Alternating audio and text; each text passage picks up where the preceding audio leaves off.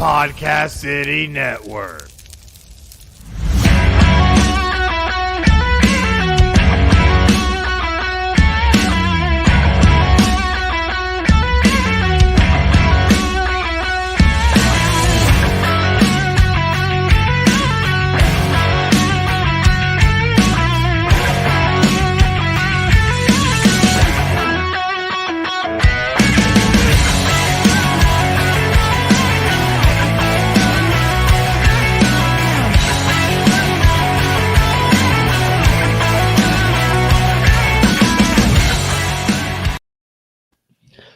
Hello, beautiful people. Welcome to episode 160 of the Nest podcast. I'm the people's champ, Brandon Brewer. The Zach Bill is here with me today, and it is August 30th, 2021. Zach, we currently have a lot of problems going on in the world that we know today. Of course, we have the coronavirus pandemic that has plagued everything that we've known and seen for the past 18 months. We're learning of the new problems that are stemming out of our decisions to withdraw the troops from Afghanistan and everything with that. The city of New Orleans is again facing problems from a hurricane, and the boxing world has a problem child of their very own because Jake Paul beat Tyron Woodley and is still undefeated as a professional boxer. Are you finally ready to put some respect on his name, or do you think that he needs to fight a legitimate boxer first? I definitely think that he needs to fight a boxer and not just skirt around the whole deal that he's been doing for a couple of years now and fight people that are kind of in the game. I mean, he started by fighting just like a rapper guy or whatever. And then he fought a basketball player and he fought a wrestler, and now he fought an MMA fighter. So I guess maybe he's working his way up. Sure. Yeah, his first fight was against a fellow YouTuber, some guy from England that I guess was also pretty famous in the YouTube scene. And him and one of his buddies challenged Logan and Jake to see who like the best YouTube fighters were or whatever. And that was his first pro fight. Yeah, it was a joke. But then he started getting into it. Then he fought NBA player Nate Robinson. And then he fought former MMA champ, former wrestling champ in Ben Askren. And then most recently, last night, he beat former UFC champ Tyron Woodley. So his competition has been getting better as it's gone on. And I mean, he's 4 fights into a professional career. You don't start out fighting the champs. Right. I mean, to put it into perspective, back in 1985, when Mike Tyson made his big debut, everybody wants to talk about Mike being the best there is, all this stuff. His first fight was against a dude by the name of Hector Mercedes. You want to know what Hector's record was whenever he fought Iron Mike? 0-3. He wasn't exactly fighting a world champion at the time. Yeah. So Jake's just getting more attention than a lot of these young startup fighters because he was already famous. Dude was on the Disney Channel as a kid, as a teen, and then he was a YouTube sensation and had millions of followers. That's why his fights are such a big deal. If he was just a regular 24-year-old dude that had been grinding out in a boxing gym for the past 4 years, he wouldn't be headlining these events and people wouldn't be talking so much trash on him.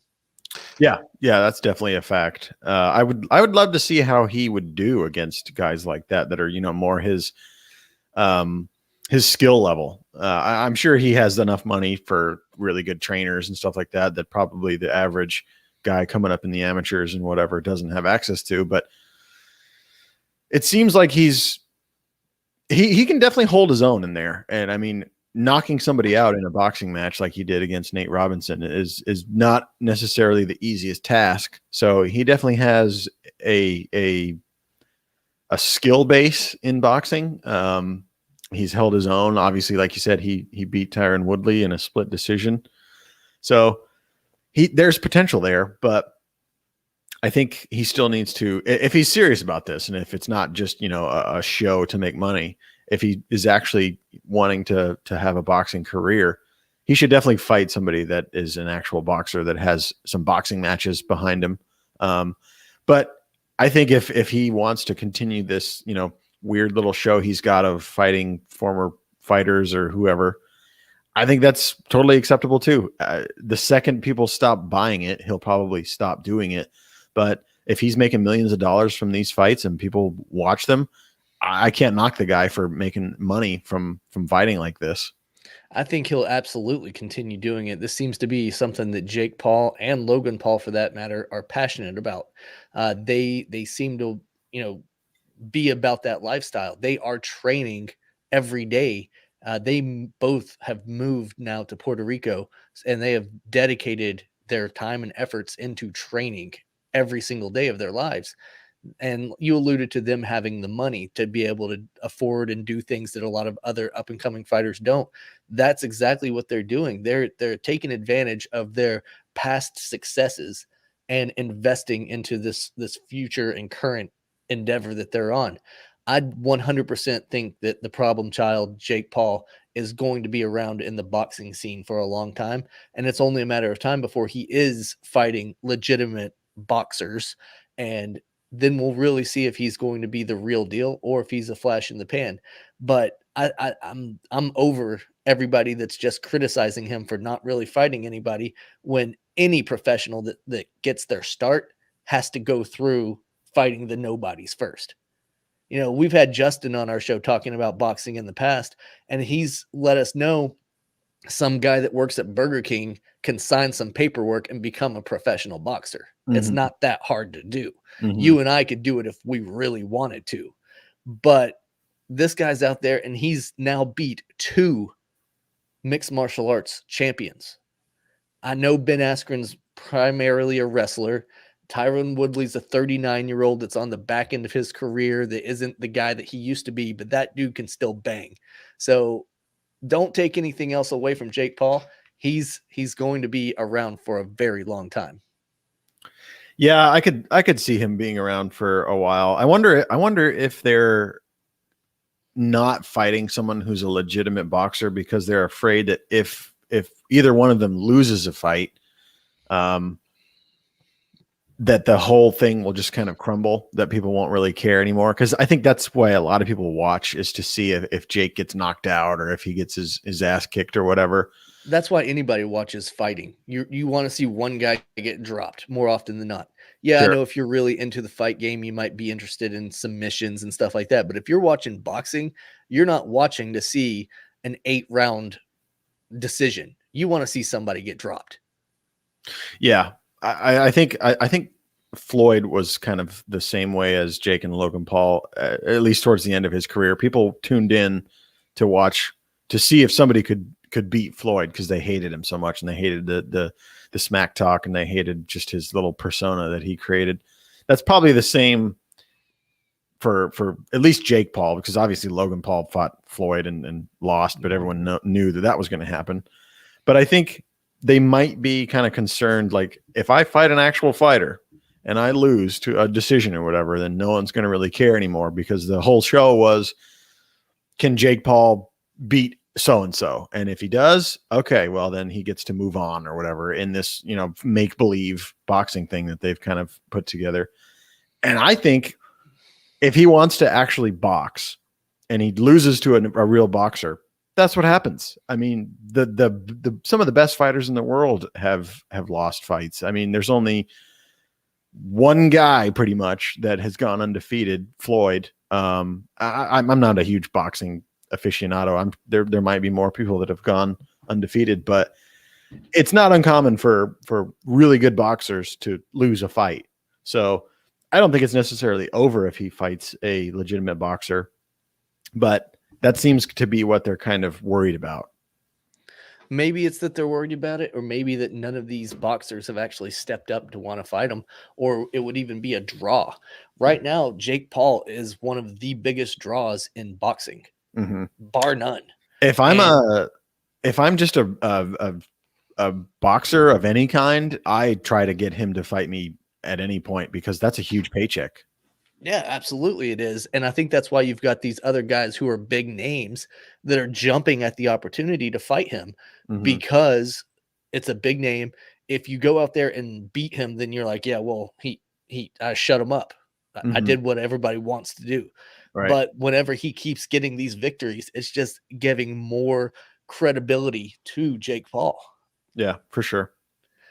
Will we see him go up and fight another guy? Maybe, but it seems like there might be a rematch in the works, because Woodley, after the fight, he was like, dude, I had you rocked. I had you up against the ropes. You know, I could have knocked you out, blah, blah, blah. I don't know why he didn't press the issue, but that's neither here nor there. That's on him.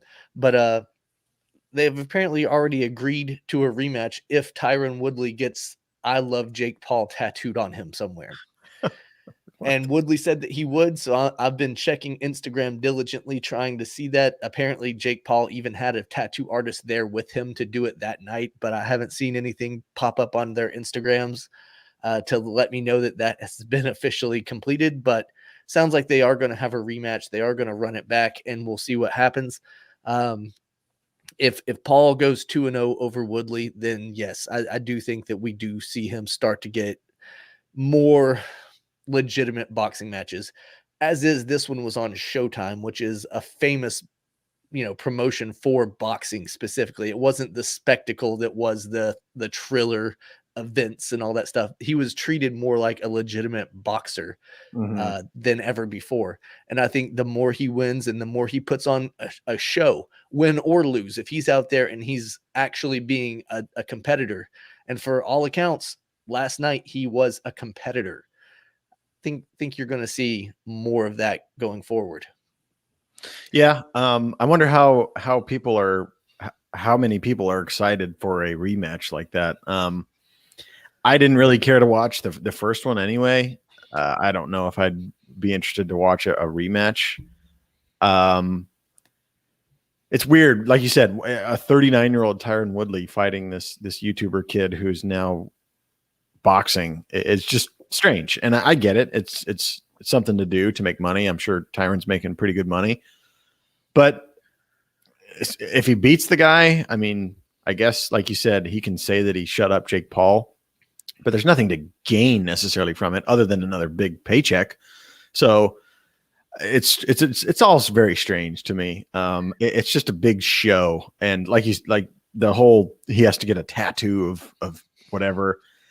They're all just, Jake and Logan are feeding this like YouTube clickbait type thing that they got famous for, and that's how they built their empire. That's what they're known for. So they've gotten into the vein of boxing. But why can't boxing be the next chapter for them? Like, you look up and down the rosters of the UFC, of any kind of boxing federation, and you'll find guys that's like, oh, he was a warehouseman for Amazon for 4 years before he started boxing, before he became a professional boxer. Oh, he was doing this. He was working as a cashier at a grocery store.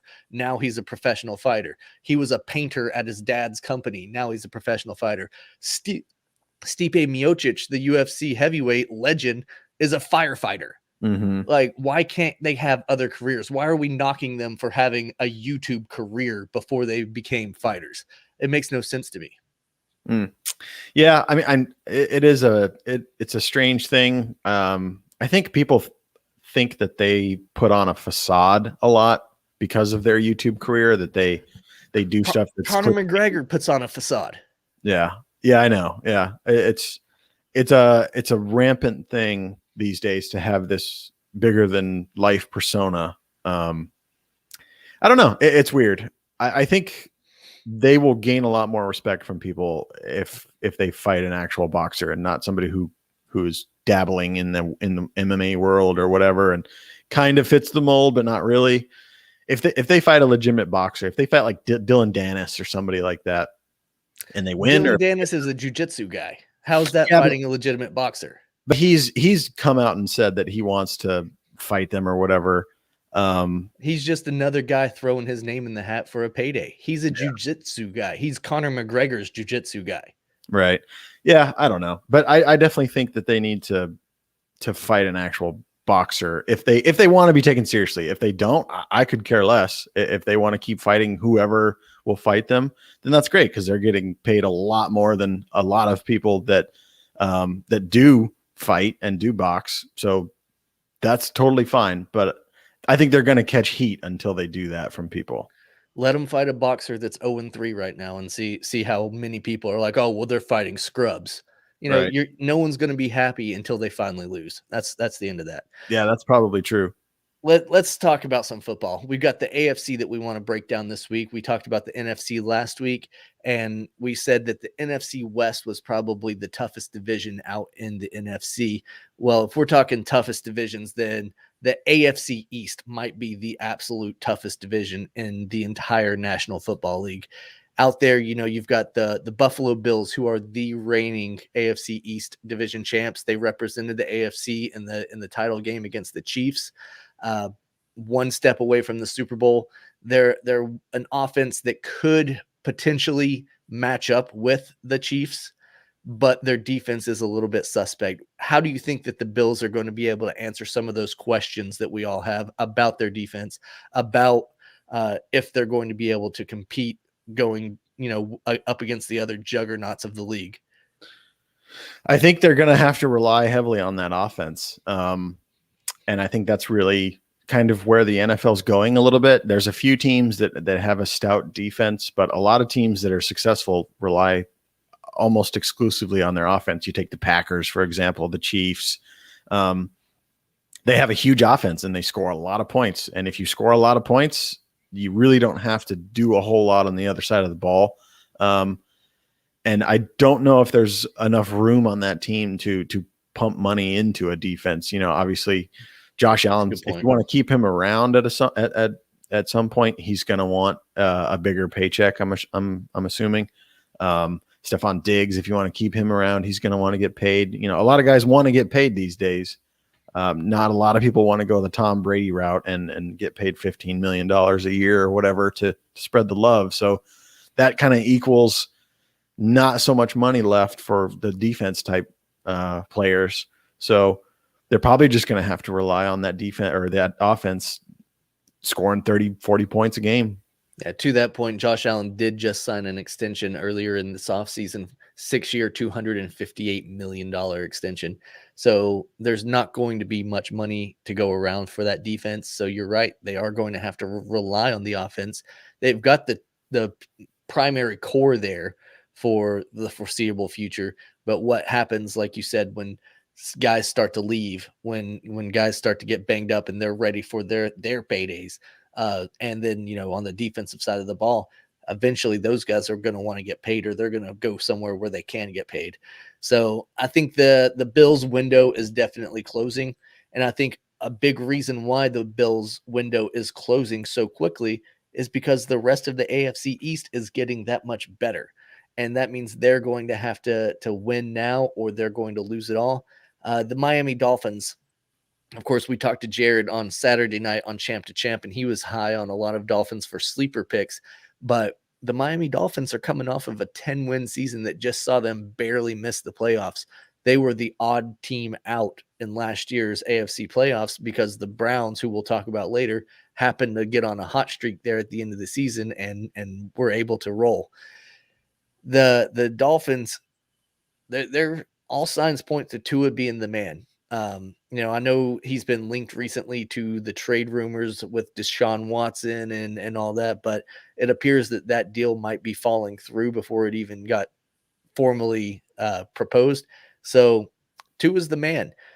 Can he be the guy to come in without Fitzpatrick, without that security blanket that he had last season?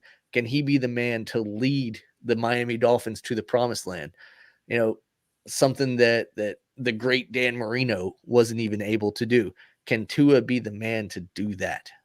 It's a great question. We'll just have to wait and see. There's a ton of question marks there. He's had some success, and he's had glimpses of breaking down, cracking under the pressure. And like you said, if Fitzpatrick's not there to come in and kind of rescue him and save the day, I really don't know. And I think this is the time for the Dolphins to prove whether or not they're legit or not. Like you said, 10-win team, barely lost or barely didn't make the playoffs. If this doesn't really work out for Tua, I don't know where they go from here. This is really the year where you get to see whether or not it's a good team or not. And they're right on the door there. They've got they've got the Bills to contend with, and obviously the Patriots are probably going to be a stout team for them to play. But they're not the dumpster fire, bottom of the barrel team anymore. They have something finally, and can they capitalize now? Yeah, there are a lot of questions surrounding the Miami Dolphins, but I think they are a good team. Part of the reason why I think they were a 10-win team last year was because the Patriots had a down year. They were able to beat the Patriots. The Jets have had down years for quite a while now, but even they're rebuilding and getting a little bit better. So the Dolphins are really going to have to put it together this season if they want to make a run at it, because like the Bills, their window could get slammed shut if things don't work out soon. I know Xavier Howard, he was a little bit upset in the early offseason, but they renegotiated his contract. But how many times have we seen a guy get a big contract and then a year later they want out Deshaun Watson? Absolutely. So it happens all the time. Who knows when that thing is going to implode on itself. You mentioned them, but our New England Patriots certainly do look to be back. Whether it's today, whether it's next week, whether it's after week 4, Mac Jones is the future, and he will be the QB1 of the New England Patriots going forward. Like I said, I'm not sure when, but he will be in that position at some point. And when he does assume the leadership role of this team, I think they are in good hands for the next 10 years. This is a guy that he looks sharp, he looks confident, and he looks like he is the second coming of a Tom Brady, because he's out there reading defenses at an elite level as a rookie in the preseason. It's been absolutely insane. And then also, by the way, this preseason, we saw the emergence of a guy named Randre Stevenson. This is a dude that I had never even heard of from college. And then he was drafted in the 4th round by the New England Patriots. Suddenly he has 5 touchdowns in the preseason. The Pats are so high on him that they're willing to package Sonny Michel and get him out of town. And this guy has moved up the depth chart. I'm almost 100% certain that he's going to be on the 53-man roster. And this young team is starting to really come together, and it's starting to look like, okay, this is the squad that we're going to go forward with in the future. Mm-hmm. And all things look good. It looks like Bill has this team primed and ready to get back to dominating the AFC. Yeah, it's honestly quite shocking. I kind of thought that maybe Mac Jones was going to take a little bit longer to develop. Sure, he was from Bama, but people weren't necessarily so high up on him. Maybe that's because Trevor Lawrence was the big to-do for his draft class. But seeing him in preseason has been very shocking. He just has been able to do everything that he has to do. And of course, yeah, it's only preseason. He's not facing the best of the best, and it's not, teams aren't necessarily maybe playing for something because it's the preseason and they're just putting their backups or whoever out there. But I still think that's just something for him to build on. This is a whole new system for him. He's learning the playbook, and for him to do this well in a brand new system, completely new players, obviously across the board, is everything's basically new for him. And he's basically just fit right in. He's clicking. It's all signs point to good things are coming. But I think the real test is obviously going to be the regular season. And like you said, whether it's week 3, who knows, that's when it's going to really be set in stone. And I think we're going to probably see that sooner rather than later. I don't think we're going to have to wait a whole long time to see Mac Jones take a snap in a regular season game. And I mean, it might even be, let's say that Cam does do well, they might pull Cam for the 4th quarter and throw Mac Jones in there just so he can kind of get a feel for it. Who knows? So yeah, I think he's absolutely ready though, no matter what time comes. No, you're right. That is a common thing that guys like Bill would do, is they would bring in the rookie to get some snaps in garbage time or something like that. But recently, Kyle Shanahan for the San Francisco 49ers employed a unique brand of offense in a preseason game, but he would have Jimmy G start a drive, and then midway through the drive, he would bring in Trey Lance. Trey Lance would play a couple plays. Then Jimmy G would come in and play a couple plays. And they were moving the ball efficiently. They were keeping the defense on their heels because they didn't really know what to expect. Sure. And, you know, I was thinking about it, and this could be something that the Patriots could also do. You've got two completely different style of quarterbacks. You've got Cam Newton, who's more known for his legs and for being able to run the football and for you know, maybe dropping a pass here or there with a check down or something like that. I think one of the Eagles called him the check down king. And, you know, it is what it is. His arm just isn't what it used to be. But you've got him, and then you could bring in Mac, and then that's going to instantly make the defenses pull back because they think, uh-oh, here comes the air raid. And then all you have to do is hand it off to Stevenson, and he's going to rumble for 8 yards for a first down. If Bill wanted to, he could employ the same kind of attack to where he's got a platoon quarterback. They do it all the time for running back. They do it for tight end. You know, we've got 2 tight ends on the New England Patriots right now in Jonnu Smith and Hunter Henry that are basically going to be platooned if they're not in a 2 tight end package. Mm-hmm. So could the Patriots offense end up becoming a platoon quarterback for this year? And that's going to get Mac Jones the reps in real game situations.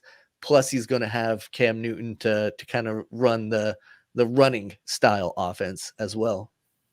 I could definitely see that working, but I have my doubts as to whether or not Bill would want to implement that in his game plan. I think if you pay attention to how the Patriots play, they try some things out in the first quarter. They see what the defense picks up. They see what the defense can immediately read, and then they kind of adjust. So if you had 2 quarterbacks that are constantly it'd be switching way harder to way harder for a defense to pick up on. I just don't know if Bill's the kind of guy to do that. I mean, I'm not saying he wouldn't do it, but I think he strikes me as a guy who has a game plan, and he wants to try X amount of things with this one particular set of players and whatever, and then move on from there. Okay, the defense picked up on this, so we're going to do whatever. I don't know if he's necessarily in the mindset to throw another quarterback in there mid-drive. I mean, I'm with you though. I definitely think it could work. That would be ridiculously difficult to try to keep up with as a defense, but we could see it, but I don't know. It'd be very interesting to see Bill do that.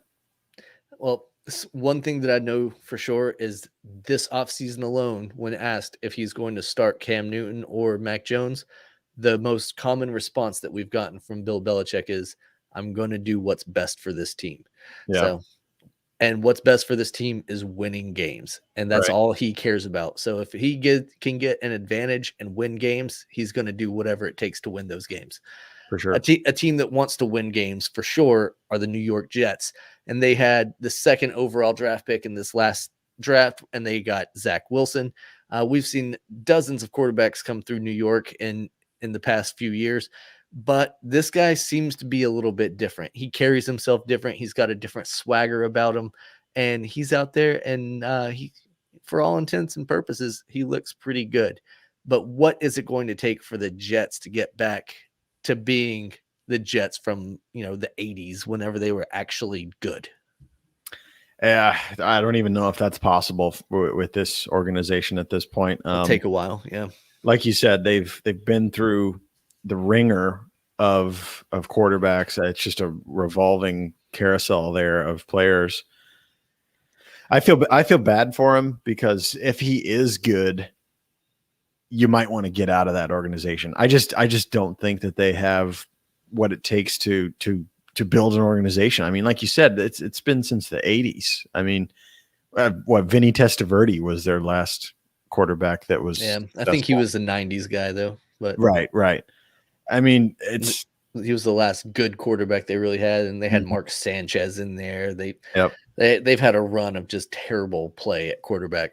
Yeah. So I think maybe this kid is good, but I don't know if he'll find success with the Jets. I mean, he might do okay, and then potentially get a trade or just go straight to free agency when he's able to. But that's all I can really see. I don't see him leading this team to make a playoff appearance or something. So in typical Jets fashion, you're expecting a crash landing. Yeah, for sure. The AFC North is an interesting division. Of course, last year we had the Pittsburgh Steelers that jumped out to an 11-0 start before fizzling out late in the season. They lost two games in their last three, I believe, to the Browns, and that's what ultimately eliminated them from the playoffs. They could have eliminated the Browns from playoff contention if they had actually played their starters in one of the last weeks of the season. They didn't. They opted to sit them out. The Browns beat them that game, and then they came back and beat them in the first round of the playoffs. The offense really struggled behind Big Ben late in the season, who looked like he was a 65-year-old quarterback out there. Now we're all to believe that he's been rejuvenated, and by the addition of the stud rookie Najee Harris, that he's all of a sudden back into prime form. One thing I will say is when Big Ben was good, it's when he's had solid running backs to hand the ball off to. I think back to early in his career when he had Jerome Bennis, and then later in his career whenever he had Le'Veon Bell before he went crazy. Now, if they have Najee in there and he's anything like those other two guys, maybe the Steelers will get back to some semblance of a good Ben Roethlisberger. But what do you think? Do you see another winning season on the horizon there in the Steel City? I think if their schedule is pretty easy, then they can win some games. They definitely have several good players on that offense, but I think you're right. I think Big Ben is extremely aged. He's showing it. He's almost injury prone at this age. And I think you're 100% right. If he doesn't have a good running back that can really take the workload for him, then he's going to struggle. I don't think he's capable of throwing for an entire game and doing it well. So yeah, it's basically hinging on Najee Harris being a good player for them this year. I think Big Ben can complement a good running game, but if it's completely up to Big Ben to throw the ball up and down the field and score touchdowns that way, they might struggle. Yep, I agree. And they do have to play the team that I think that will win the AFC North twice this season, and that's the Cleveland Browns. Last year, the Browns made the playoffs, and everybody in Cleveland rejoiced.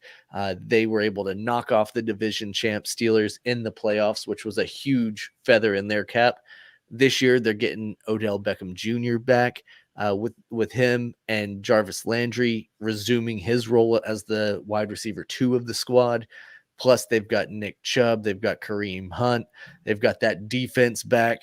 The dog pound is primed and ready to see the Browns win the AFC North. What do you think of that?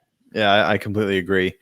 I think this team is very well-rounded, and they can do a lot of good things. Just obviously on offense, they have Baker Mayfield, who's kind of struggled a little bit in the past, but I think he's kind of found where he can have success. They have a good run attack. Obviously, that, like you mentioned, the wide receivers. And like you said about the defense, they also can kind of hold their own. I wouldn't say that they're, one of the best or whatever, but they can hold teams to whatever they need to. So it's crazy to say, but I think the Browns have finally, found themselves a good team. They're in a good spot, and they can finally start winning the division, maybe continuing on in the playoffs. You love to see it, especially from a team that has just been terrible for so long. Yeah, have enough losing seasons and stack up enough number 1 draft picks. Eventually you'll be good, right? Jared is commenting saying that the AFC North will probably be considered the toughest division this year. I disagree. I think the AFC East is a much tougher division, mainly because the AFC East has 3 legitimate contenders in the Bills, Dolphins, and Patriots, whereas the North, I only see 2 contenders in the Steelers and the Browns. The Ravens, I feel like, would have been in that conversation, but they suffered one of the biggest losses of the preseason whenever J.K. Dobbins tore his ACL in the last preseason game. That pushes Gus Edwards into the position to be the RB1 of the team, But even though he's the next man up, he's not a true RB1. And the Ravens offense will definitely suffer because of that. Throw into the mix that Hollywood Brown is iffy, to say the best, to say the least. He was one of those guys that he lit the world on fire his rookie season because he was a burner and he made a few really big plays. But since then, he's been injury prone. He's not really been productive. I kind of liken him to somebody like a Claymore. Yeah. He's had a few big breakout games and everybody wanted to like sing his praises. But other than that, he's been lackluster. Sure. We don't know if Lamar Jackson's going to be able to return to his MVP form from a couple years ago. I don't see the Ravens as contenders there in the North. Do you? No, I think teams have probably figured out Lamar Jackson at this point. He runs, and he's almost a running back that has the ability to throw the ball. And they really need a little bit more than that. And I think there's obviously big question marks for the Bengals as well. That team basically rides on Joe Burrow being good and coming back to his form before he got injured. I can see the AFC North being a tough division, especially if those teams actually start clicking and a lot of them start doing well. They've got the potential to be a pretty tough division, but one of the best, one of the toughest. I'm not so sure about that. Yeah, and Jared's trying to throw some shade in here, saying that the AFC East only has two real contenders, the Bills and the Dolphins. Of course, he's a Dolphins fan, so he's going to say that. But if you were to go to Vegas right now, they have the New England Patriots and the Miami Dolphins both at a plus 350. So they have the exact same odds to win the division. So what is that saying about your Dolphins there, Jared? Oh, Dolphins fans. Let's see. And also in the North, we have the Bengals, and everything looked great for the Cincinnati Bengals when they were moving the ball early in the season. Wide receivers T. Higgins and Tyler Boyd were going off in spite of A.J. Green demanding 12 targets per possession. That guy seemed to get thrown the ball more than anybody else on the squad, even though he wasn't catching anything last year.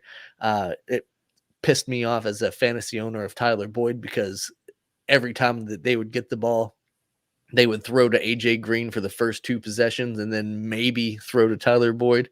So it was frustrating, but Joe Burrow was looking like a rookie of the year candidate, possibly the rookie of the year, until he hit his ACL, tore it up. He was out for the rest of the season.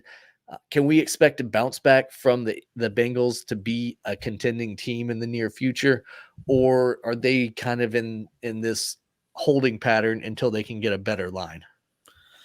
That's a great question. I definitely think that Joe Burrow is still vulnerable because of that offensive line. They do have a very good offense other than that O-line. I wonder if he's going to be not skittish, but I wonder if he's going to be just a little bit, reserved. I mean, it's not like they've solidified that and he's, fully protected now. So he still has that ability, that potential to get kind of banged up by defenses. Yeah.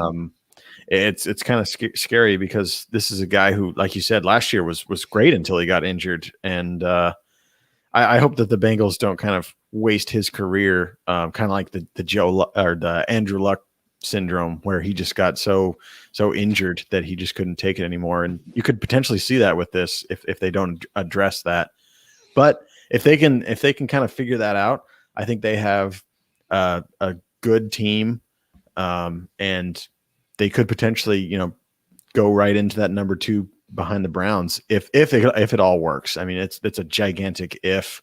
They're going to need to make a lot of changes.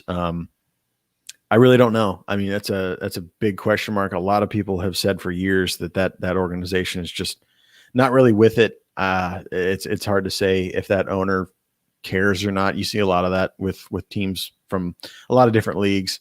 They just year after year, they get number 1 picks and it never works. And you just kind of do this whole rotation. So they have potential, but will they capitalize on it? Who knows? one thing is for sure is whenever you have a number 1 overall draft pick for a quarterback, you need to be able to protect him. Yeah. That's you alluded to Andrew Luck. That was a problem that he had in his whole career, is he never really had anybody that could block for him. Now the Colts have some line that can block. They've got a team that's pretty much built to win.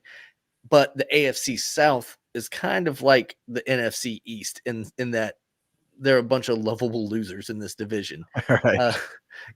Like everybody in this division seems to have bad luck, and pun intended when we're talking about Andrew Luck, because he, of course, retired at the end of a preseason a few years back and left the field to a chorus of boos.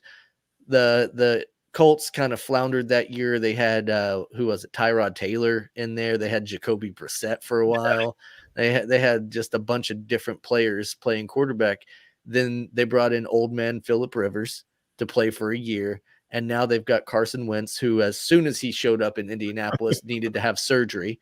And today he was actually supposed to make his return to the field, instantly was put on the COVID-19 reserve because he came in close contact to somebody that tested positive. So the Carson Wentz era has not exactly gotten off on the smoothest of footing, but the Colts, they had the winning team, but no quarterback. So it is interesting to see what has gone on there. Of course, another team there in the AFC South that has quarterback issues of their own are the Houston Texans. And we're all familiar with the allegations about Deshaun Watson, so we don't need to really beat that drum too much here. But without Watson, can this team succeed? No, they can't. They can't succeed with Watson, in my opinion. They haven't done it. He's great and he's amazing, but I mean, he can only do so much. I mean, they got rid of his absolute best wide receiver that he's ever played with. And then it just started falling apart from there. Obviously, J.J. Watt left. No one wants to play for that organization. They're all just leaving. Obviously, Deshaun Watson now wants out. I saw an article today that said that if negotiations don't meet whatever the Texans are asking for, then they're willing to sit Deshaun Watson for the whole year. If he doesn't want to play, they're just going to let him sit out. Crazy move. Imagine the Chiefs not playing Patrick Mahomes. Imagine the Bills not playing Josh Allen. Imagine any of these franchise quarterbacks just being like, nah, I kind of hate my team, so I don't want to play. And then the team being like, okay, well, we'll just let you sit on the bench for the whole season. Yeah. Like, that is wild to me that's even a thing. But lo and behold, that's what's happening in Houston. And I agree. I don't think they can win without Deshaun unless they're able to pull off one of these proposed trades where they're going to get 3 first-round draft picks and a couple second-round draft picks. Then in the future, they have the opportunity to have a solid team once again. But in the immediate, I don't really see any way of them winning. Nope. I don't see it at all. What do you think about the possibility of a trade before the season starts?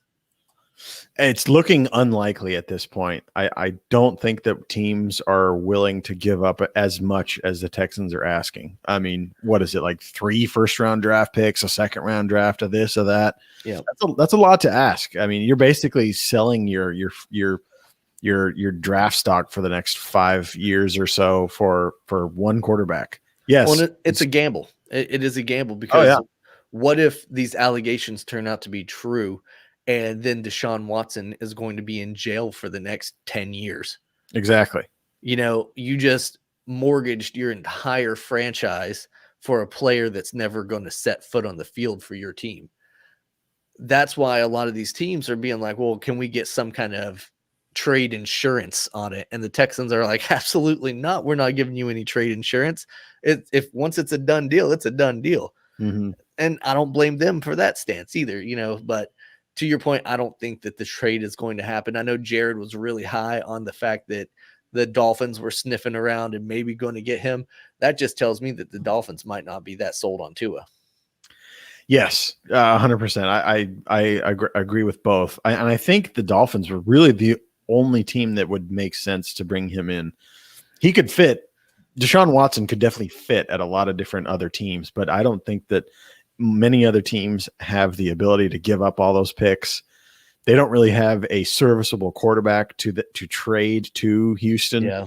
I mean, if you're talking about maybe a place that needs a good quarterback like the Raiders or the Broncos, they're going to just send some mediocre quarterback to go play for the Texans in that trade. And I don't know if the Texans are willing to do that. I think they want somebody who can at least be decent right now. You know, they're trying to capitalize on this trade with Deshaun Watson and get somebody who can play right now and do well enough at least, and then use all those picks that they're going to get to start to build a team. If teams out there don't have what they're looking for, I don't know if they're going to make a deal. I mean, like I said, they've already said they're willing to sit Deshaun Watson. So they might just be, you know, standing firm and waiting for that perfect little trade to come about. Yep, I agree. You don't think Derek Carr's an elite quarterback? I don't. I really don't. Hot take. The Tennessee Titans also don't have an elite quarterback, in my opinion, but he's a serviceable quarterback in Ryan Tannehill. But they were a playoff caliber team last year, and they've added the likes of one Julio Jones to their wide receiver core in this offseason. So this offense looks like it will be dangerous. They've also got the rushing title winner from last year in Derrick Henry, 2,000-yard rushing monster. In any year prior, other than last year, a 2,000-yard rusher should be the MVP. Just so happens Aaron Rodgers had a phenomenal season as well, so that kind of won that over. But we talked about that at length last year, that Derrick Henry was in that MVP conversation for sure. How well does this defense hold up to some of the other firing squads that we can see all around the AFC? That's a great question. I think that's a big hole for them. I think Mike Vrabel seems to be an offensive-minded coach. I don't know if their focus is on the defense. Like I said, there's a lot of teams out there that are kind of putting all their chips in on their offense, and just if we can score 40 points, then we don't need to have a defense that only lets the other team score 10. You know, so I think it's definitely a question. I don't know if it'll be an issue for them. I think you're right. I think they're a playoff caliber team. They've got talent everywhere. Ryan Tannehill probably doesn't even have to be an elite quarterback. I think if he can just make the throws, he can do well. I mean, like you said, he's got a freaking tank behind him for a running back.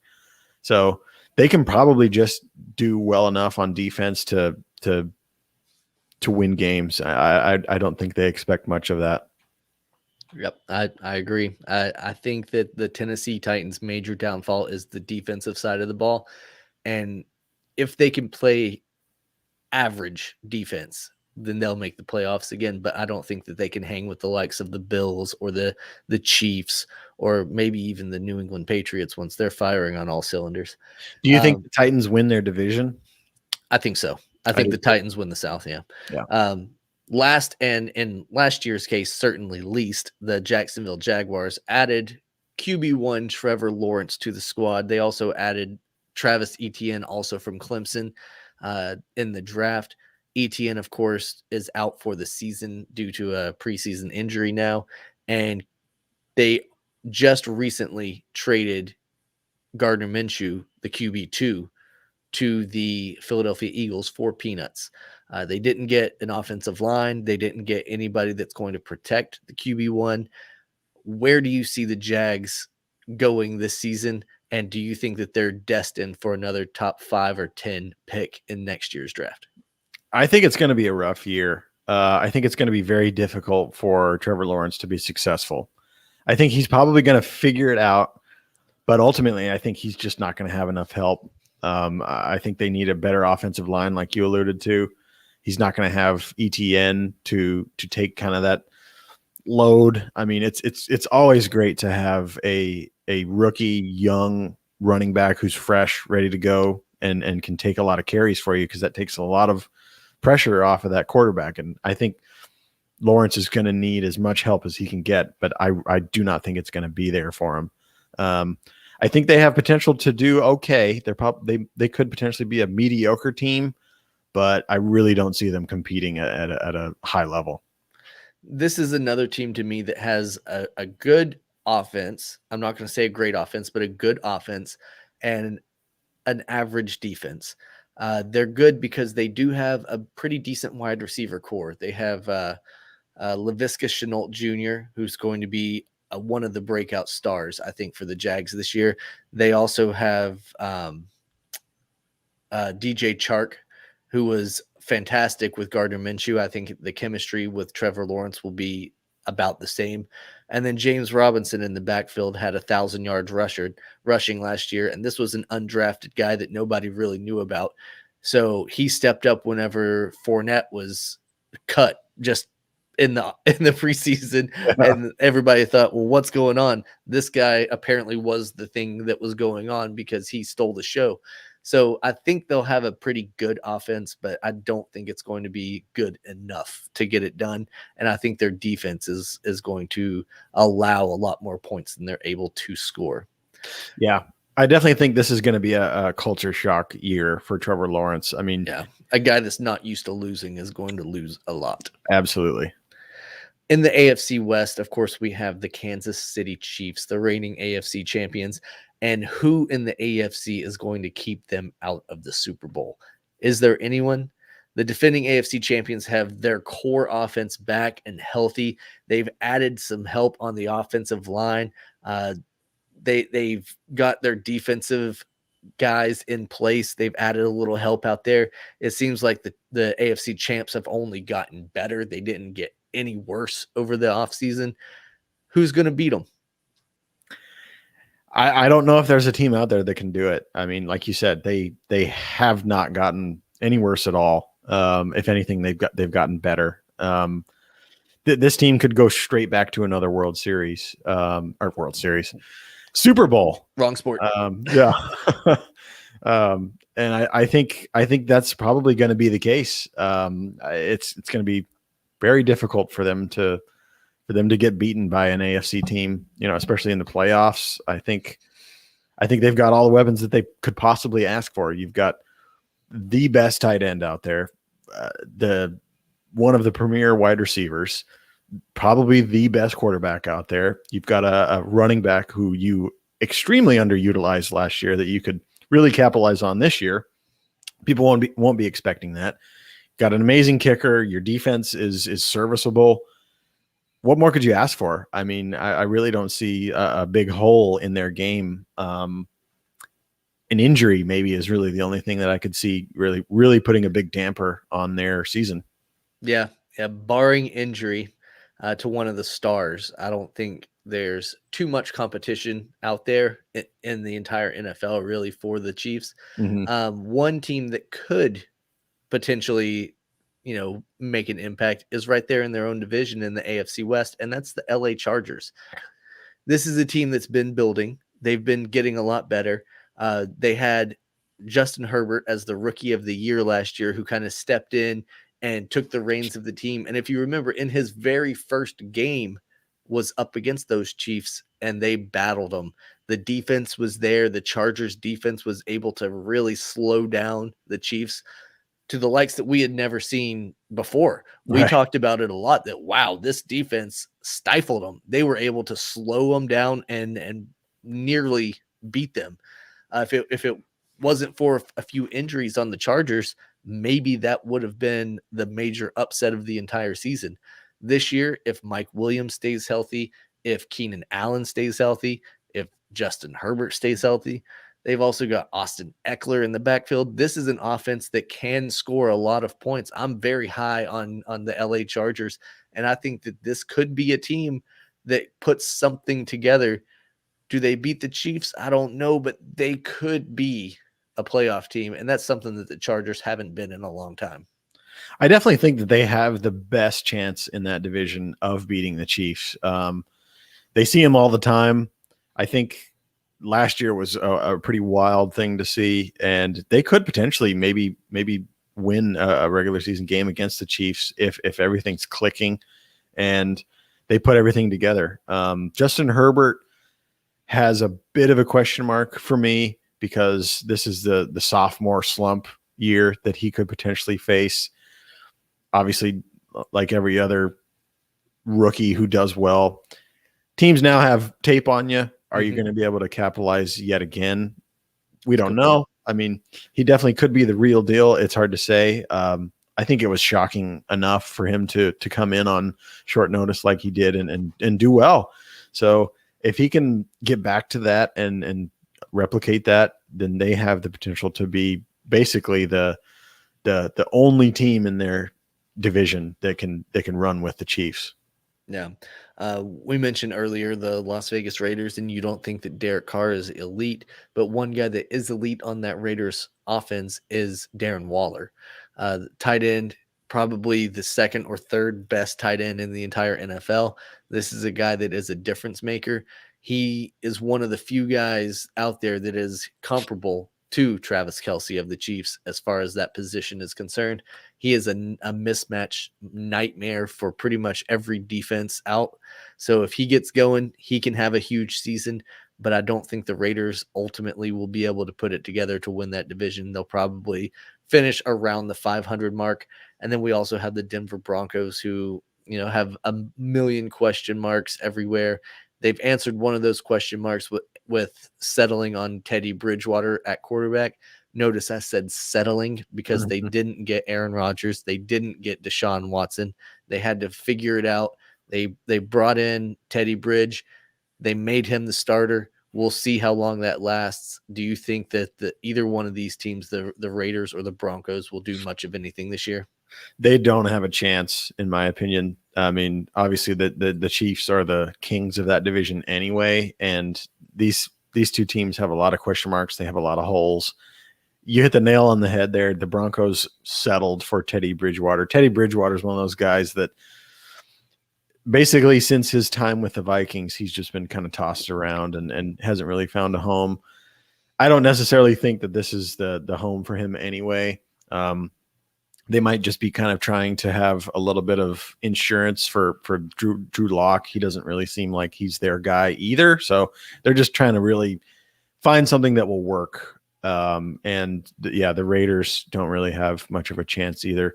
John Gruden is kind of losing his mind at this point, if you ask me. I mean, he's a smart football mind, I guess, but I think when he came back, that wasn't necessarily a smart choice. I think he did what he did in Tampa, and he was rather successful. But coming back, especially to the Raiders, it's just a strange scenario there, and they haven't really been much of anything for a long time. They obviously had Antonio Brown for like 3 weeks, and he never even played for him or whatever, and I don't think that they have enough to do what it takes to compete in that division. I mean, it's tough enough for anyone that isn't named the Chiefs. So if you have big questions, you're just not going to be able to compete.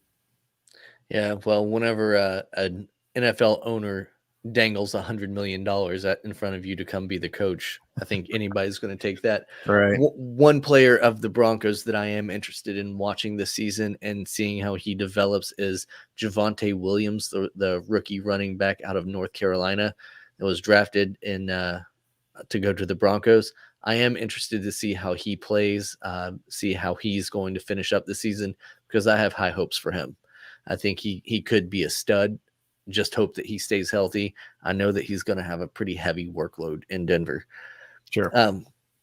The theme for tonight was problem children. We talked about Jake Paul. We talked about the problem that Mac Jones is going to be for the entire NFL once he gets under center for the New England Patriots.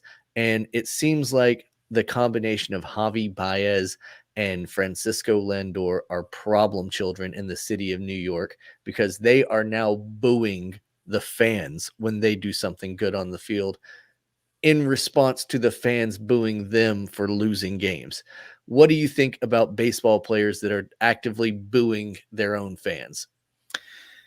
It's a very strange way to go about it, because I don't think you're ever going to win that battle against a fan. You know, you're the guy that gets paid all the millions of dollars, and you're expected to do well, and you're expected to win, and that's what fans want out of you. And both of these players came from Midwest teams who, for the most part, have rather reserved fan bases. I mean, no one's ever really said that the Cubs fans and the Indians fans are cutthroat or ruthless or whatever. So for those two players to come from that to New York, where, I mean, it's a concrete jungle out there. I mean, the Yankees face that. Obviously, Mets fans are kind of getting a little bit more up there with this new owner who's decided to spend some money to get some players. I don't think they've ever really experienced this in their careers until now. Getting booed is probably difficult for them, and it seems like their egos are kind of taking a little bit of the brunt of that, and they've decided to give it right back to the fan base. But I don't think that's ever going to work. It's a strange way to try to, I don't know, fight back, I guess. I don't really understand, because what do you expect out of the fans when you do bad? I mean, they want you to hit a home run every time you step up to the plate. And I get it. That's unrealistic, but that's the game you play. And you're playing in a gigantic city now that's not really had a good team for quite a while. And they finally have a glimpse of a good team. And it all kind of fell apart here recently with the Mets. They've clung on to the number one spot here for a while, but not anymore. And you bring in Javi Baez on a trade, and you think maybe something can happen, and it's not happening. What do you expect them to do? Yeah, no, you bring up a really good point with both of these players coming from fan bases that are more conservative and laid back to the harsh fan base that is a New York fan base. The Mets and the Yankees both have unruly fans that will definitely give it to you. They're just lucky they're not playing in Philadelphia, or they would be getting trash and beer bottles thrown at them, and who knows what else. But it is what it is. I think it is a bad look, and like you said, I don't think it's something that they're ultimately going to be able to win in the long run. So I don't think we see it happening much longer, but it definitely made for a pretty funny little clip. Yeah, that is pretty funny. I mean, obviously, I'm sure they're friends, and they probably talk a lot like, man, this sucks. I hate getting booed. What can we do about it? And let's boo them. Yeah, it's just, I get it. I get what you're trying to do, but it's just not going to work. Yeah, I agree. You got anything else you want to add tonight, Zach? No, I think we're good. I think we're good. We covered a lot. We covered a lot of ground. Yeah, going back to what we talked about before, Jake Paul, he's going to be a problem for a lot of people. And I'm here to say I'm for it. I think he's good. He's rejuvenated the sport of boxing. He's made people like me actually want to watch a boxing match. So that's saying something, because before that, I didn't care for boxing at all. If it wasn't MMA, I wasn't really watching. So he's at least done that. It's a shame that, the likes of Tyson Fury and Anthony Joshua and whoever else that are, formidable, real boxers, if you want to call them that, because they've been fighting professionally for however long, they were never really able to capture audiences. And I think hardcore fight fans, obviously hardcore boxing fans, tune into stuff like that. But what the sport of boxing needs is one of those guys like a Conor McGregor that just absolutely captivated that casual audience and made them want to buy every single fight that he was on. There's not a guy out there in boxing that does that. And it is a shame. I think MMA and UFC specifically have taken the fighting sports just as a whole and just taken all of those fans, and people really don't care about boxing anymore. There is a guy out there that has made the casuals want to tune in and make people get interested in the sport of boxing, and his name is Jake Paul. But weird. I digress.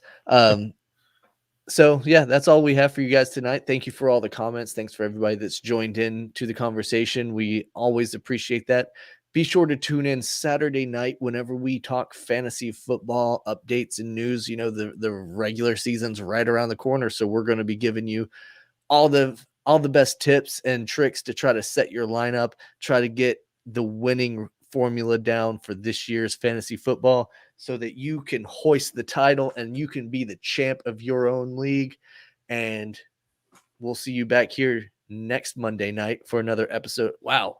I just realized we're going to have a Saturday, Sunday, and a Monday show next week because Sunday night we have our draft spectacular where we're going to have some of the guys from our fantasy football league on a show, live streaming only on Facebook and YouTube and Twitch.